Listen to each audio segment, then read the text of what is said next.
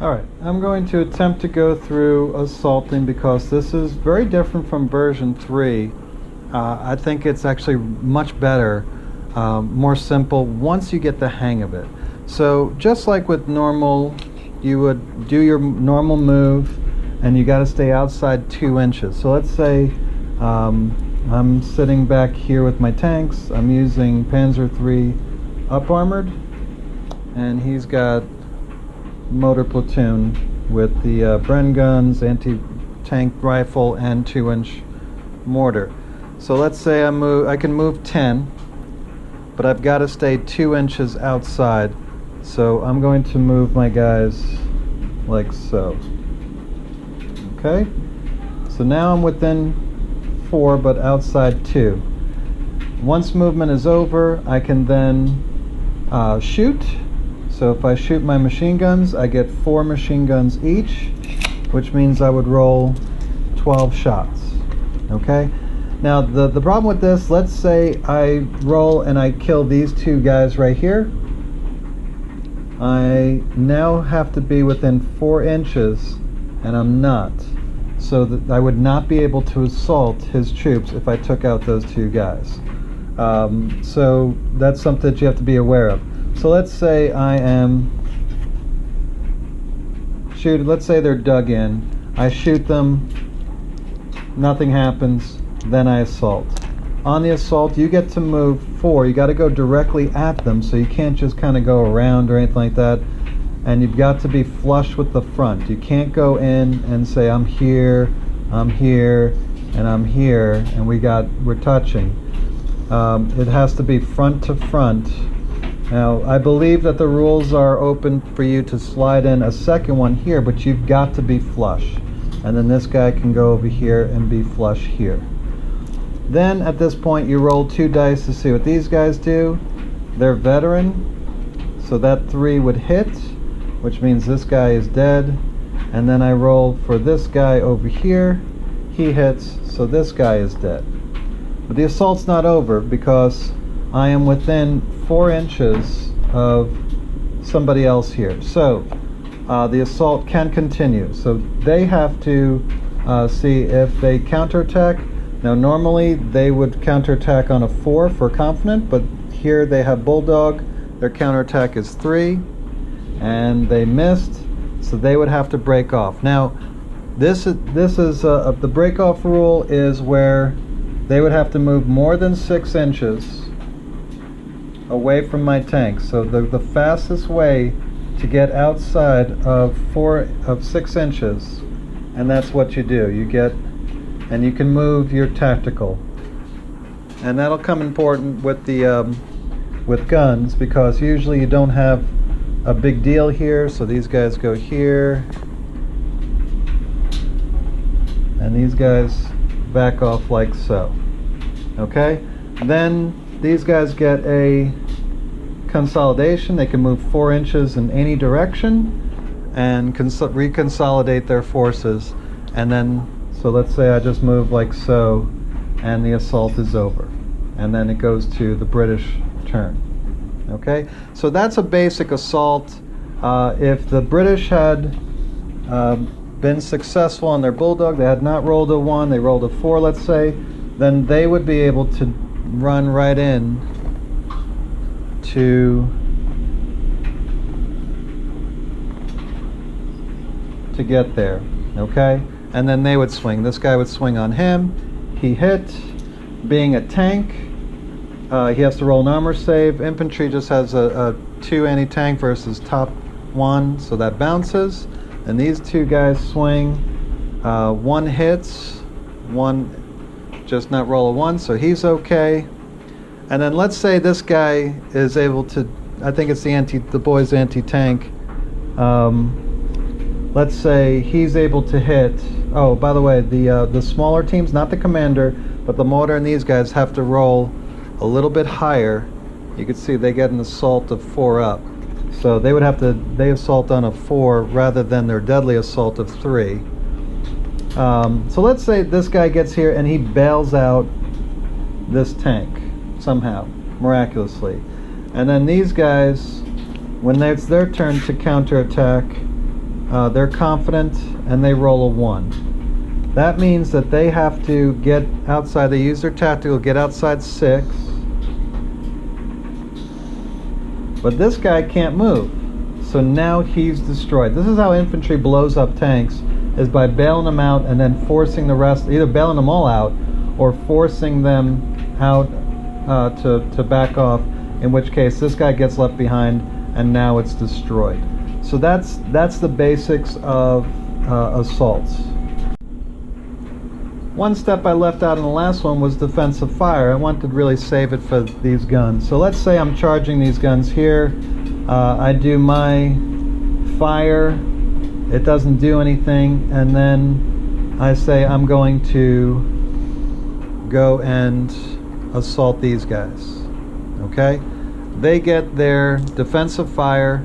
As long as they're within 8 inches, they get to roll. So now there's 2 shots each. Let's take a look at the 17 pounders. 17 pounders get 2 shots, anti-tank at 12. So they need to roll a 4 to hit the tanks, and they hit 1 time. Okay? So now it's anti-tank 12 versus front armor, or actually it's side armor. When you're charging in, even if it's from the front, you count as the side armor. So then I roll a 3, that's a 6, not even close to getting through for the anti-tank. And then the anti-tank 3 up blows up one of my tanks. You know, let's say he chose this one and blows up this tank. So this tank would be destroyed. Now, had he done that to 2 tanks, they would have had to back off. Okay? But now I still get in. I lost a tank coming in. I get to roll for here. This guy blows up this gun. Then I roll for here, and he survives. So now they roll to counterattack. They're fearless, and they run away. They don't have a tactical.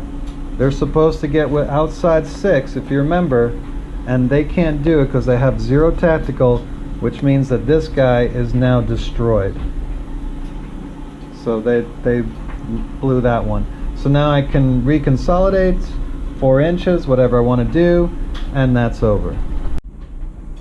Okay, now a little bit of tactics. Let's say I start off here with my tanks. I do my regular movement of 10 inches, stay outside of 2, so that I bring all these guys over here. Let's see if I could reach. Yeah. Okay. So as long as I'm behind, or partially behind this front line, even if I'm halfway here, if I understand the rules correctly, you can see that he's partially behind. I know it's hard to see in the camera angle, but he's partially behind the front of that, which means that he's behind it. Now what happens is, I do my shooting, the gun shields wouldn't, but let's say I don't do anything with my shooting somehow. When I charge in, these guys right here are forward firing. Because they're forward firing, they cannot defensive fire against my guys coming in the flank. So that's why you want to get around on the flank on guns. Now I get to go in 1, 2, and if I've got 4 inches, which I think I do, I can come in around here, and now I've got 3 shots against him. Of course I kill him. I wasn't touching the other one, so this hit goes to waste. So then he rolls to see if he can counterattack. Here's the pain of being guns. He's fearless, so he makes it. He sticks, but he cannot, guns cannot go and engage a tank. So he's got to sit there. So now the tanks roll, and actually they ran away, but no, yeah, they actually would run away, which is funny, so that gun would survive. But let's say they didn't. Let's say they rolled a 5. Then these guys would do their 4-inch movement, which these 2 guys get in real easy, and then this guy actually can get around the side. So now they roll their 3 dice and just completely roll up the flank, and wow, they needed it to blow up this gun. So that's important to understand. When you're going up against guns, check to see if they're forward firing. If they are, then you can flank them and get them on the side. Alright, the next thing that I see here on assaults is in a forest. So when I move in, I've got to do my cross checks which are 3 up. So I do it individually. I'm going to go with this guy first. He makes it, so he gets in. I already did all the fire, defensive fire and everything. This guy rolls, he makes it in. And then let's say this guy rolls a 1. He will go right up to the edge of the forest and stop. Now he's not engaged with this guy, so now only these 2 guys can swing. He swings and hits, so this guy's dead. This guy swings and misses. Good. Okay, so now the infantry can counterattack. So let's say they make their counterattack, they roll a 5, and then this guy comes in here. Let's see if anybody can reach. Yep. He can reach here, 4 inches. He can go over here, and then this guy, somewhat, he can just, infantry can stack up. So we're just going to leave it like that. Alright, so let's say they start rolling, nothing happens. Then the Germans go and they successfully, I'm cheating here, they successfully counterattack.